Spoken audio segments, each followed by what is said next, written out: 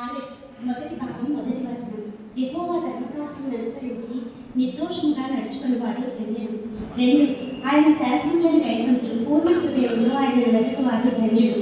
3, వారు ఆయన మార్గములలో నడుచుకొనుచు ఏ పాపమును చేయరు.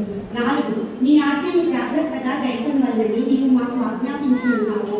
5, ఆహా, నీ కట్టడలను గైకొన్నట్లు నా ప్రవర్తన స్థిరపడి ఉండినా ఎంత మేలు. 6, నీ ఆజ్ఞలన్నిటినీ నేను లక్ష్యం చేయనప్పుడు నాకు అవమానం కలగలేదు.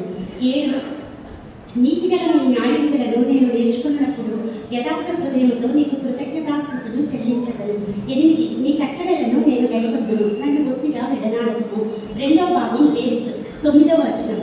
యవనస్తులు దేని చేత తమ రక్త శుద్ధిపరచుకుందరు? నీ వాక్యమును బట్టి దానిని జాగ్రత్తగా చూచుకుంటే చేతనే కదా. 10, నా పూర్ణ హృదయముతో నిన్ను వెతికి ఉన్నాను, నన్ను నీ ఆజ్ఞను విడిచి తిరగనియ్యకుము. 11, నీ ఎదుట నేను పాపము చేయకుంటున్నట్లు నా హృదయంలో నీ వాక్యం ఉంచుకొని ఉన్నాను. 12, యెహోవా, నీవే స్తోత్రము నొందదగిన వాడవు, నీ కట్టడలను నాకు బోధించుము. 13, నీ నోట నీకు సెలవిచ్చిన న్యాయవిధులన్నిటినీ నా పెదవులతో వివరించుదును.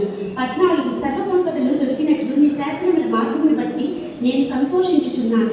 15, నీ ఆజ్ఞలను నేను ధ్యానించదను, నీ త్రోవలను మన్నించదను. 16, నీ కట్టడలను బట్టి నేను హర్షించదను, నీ వాక్యమును నేను మరువకయుందును. 3వ భాగం ఈమెయిల్ 17వ వచనం. నీ సేవకుడనైన నేను బ్రతుకున్నట్లు నా ఎడల నీ దయారసము చూపుము, నీ వాక్యమును బట్టి నేను నడుచుకొనుచుందును. 18, నేను నీ ధర్మశాస్త్రమునందు ఆశ్చర్యమైన సంగతులను చూచినట్లు నా కన్నులు తెరవుము.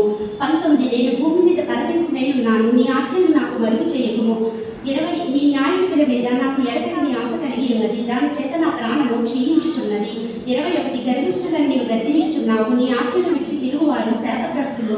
22, నేను నీ శాసనములను అనుసరించుచున్నాను, నా మీదికి రాకుండా నిందను తిరస్కారమును తొలగింపుము. 23, అధికారులు నాకు విరోధముగా సభ తీర్చి మాట్లాడుకొందురు, నీ సేవకుడు నీ కట్టడలను ధ్యానించుచుండును. 24, నీ శాసనములు నాకు సంతోషకరములు, అవి నాకు ఆలోచనకర్తలై ఉన్నవి. 4వ భాగం దాలెత్ 25వ వచనం. నా ప్రాణం మంటిని హత్తుకొనుచున్నది, నీ వాక్యం చేత నన్ను బ్రతికింపుము.